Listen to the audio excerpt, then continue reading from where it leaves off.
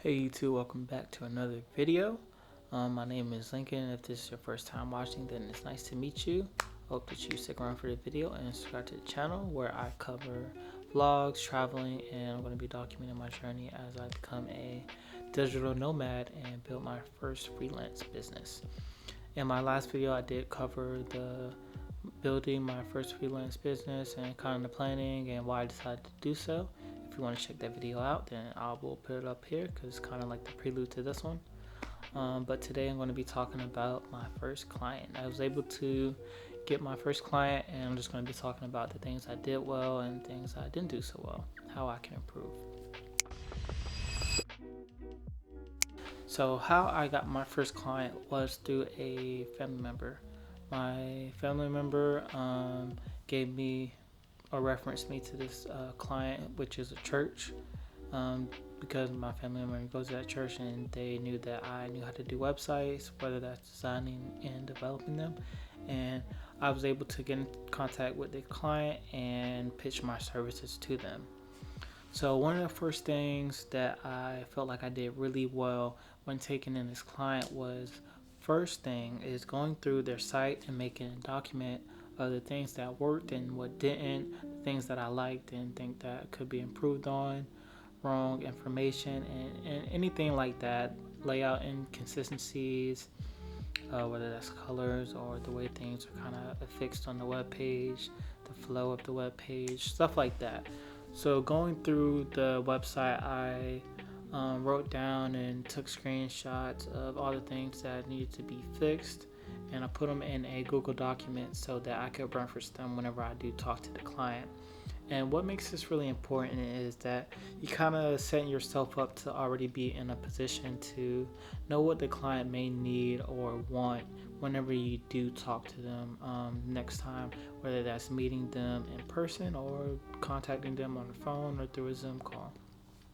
So you're kind of already identifying and setting yourself up for the things that you can fix and how you can service them while you are the person for this job.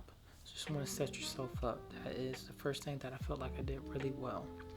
The second thing that I did a good job on was kind of going hand in hand with the first, which is identifying the client's main problem and how I can solve them. How can I be the one to service them? That is really important in our field because there are multiple companies or freelancers. How can you be the one to really take this job on? Why are you the perfect fit? You got to pitch yourself to the person. In my case, I still had to convince the client that yes, I can be the one to do this. I know how to fix your problems. And one of the main problems for this client was the donation page. As a church, they wanted to be able to get donations also in line, but not only in person. So donations through PayPal was something that I needed to set up for the client and putting it on their website and connecting it. Now, I'm not going to talk about how I did this. There are other videos on YouTube that probably explain it way better than I could, so you can check those out. But that was one of the main problems that I needed to solve, and I wanted to have a plan to solve them, and kind of saying to them when I met them was, hey, I know this is an issue for you. I can be the one to solve it, and I can do it in a quickly fashion. So the third thing that I felt like I did really well was delivering high quality web designs and service in a short amount of time frame. So when I first did meet up with the client, I already had my document of everything I felt like was wrong and how I could fix it. So we was already on the same page, and that's why that's really important. So I already had 3 designs that I wanted to implement. This was the home page, the contact page, and the donation page. So these were 3 pages that I wanted to fix because they were the most immediate pages that I would want to implement into the web service. And so just being in contact with the client, we were able to agree on the things that we wanted in the design, and he liked the designs I had, and we was able to kind of go through with that. I did let him know that I could do this in 2 weeks, and I was able to deliver it in 1 week. So I always try to overbid how much time it will take for a service, just so that I can try and do it as fast as I can because you never want to underbid. You never want to say you can do it in a week, but it ends up taking 2 weeks. Then it looks bad on your part. So always overbid how much time it could take for you to do a service, unless you're like really confident in your abilities and saying that you can do it in this time. All right, so the next thing that I did really well was communication. With the last company that did do their website, their communication wasn't steady and effective with the client, and that was aggravating for them, which is why they seeked out somebody else to fix it, that being me. So staying in constant communication with the client, letting them know my progress, keeping them updated was really important and something that I did really well. This also means that whenever we did meet in person, I already set a certain price for my service for the 3 pages that I designed and that I will be implementing into their WordPress. So I already had a set price in mind when I went to meet them. I know for me, at least, this was a bit nerve-wracking because this is my first time pitching somebody at price and my first project, really. At least for my freelance business, I've done all this before, but my first time really like pitching somebody a certain price and keeping them on the same page as me. So doing that is something I did really well, and it's something I was really proud of. So now let's talk about the things I didn't do so well and how I could improve on these things.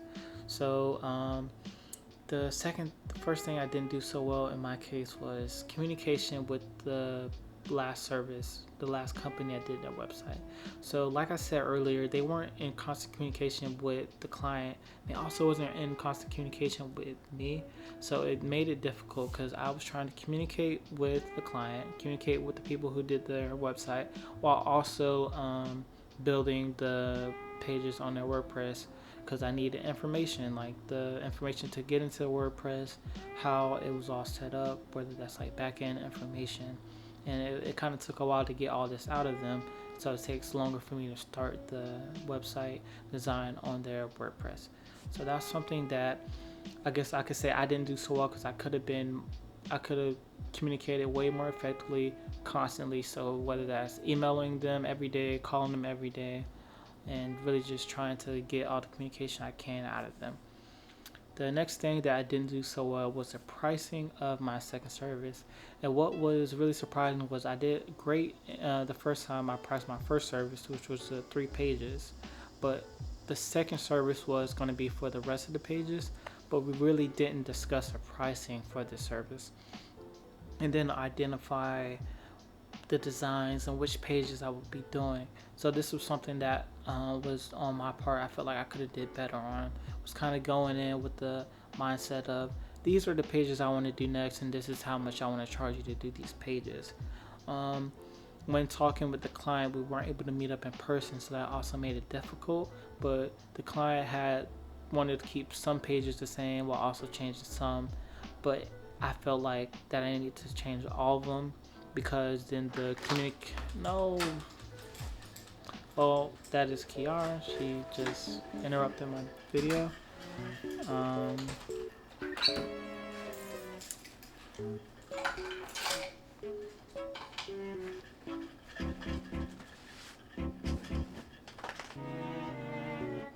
you go in the room? Oh, can I take my shoes off?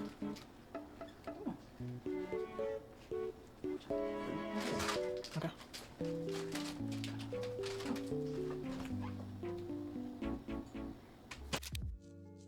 I knew what pages I needed to work on, but we weren't on the same page on which pages those were. I felt like I needed to work on all the pages so that all the pages had the same design and layout as the ones that I did, and not the ones that other people did.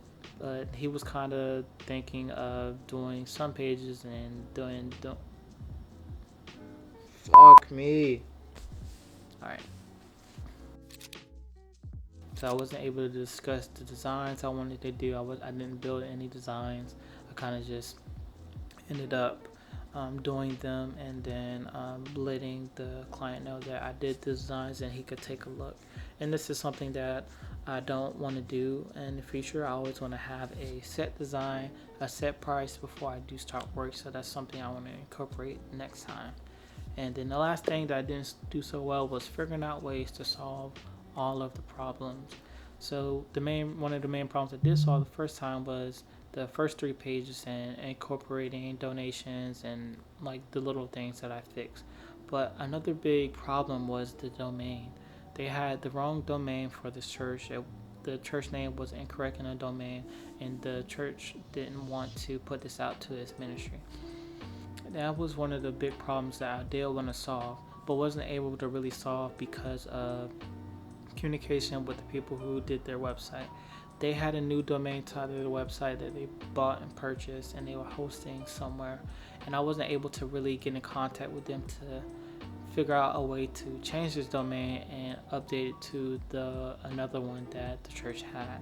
So this is something that I really wanted to do for the client, because I wanted to be able to uh, host and get the domain incorporated to the website that I kind of edited on their part, and really figure out another way I could help the client and solve their problem, because this could be another thing that they could tell people about, like, hey, he not only did my website and design and develop, but he also was able to host my website and figure out the domain and fix all that.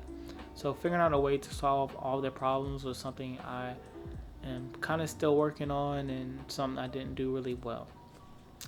That covers all the things in this video. So I always want to improve and on the things I did well, and also the things I didn't do well. You can always improve on those things. So just kind of reviewing your work and yourself and your process is gonna be able to really make you confident in your abilities and in your company and just your service that you offer. So it's something I definitely recommend. But if you like the video, drop a like and comment and subscribe to the channel. I will see you all soon. Bye.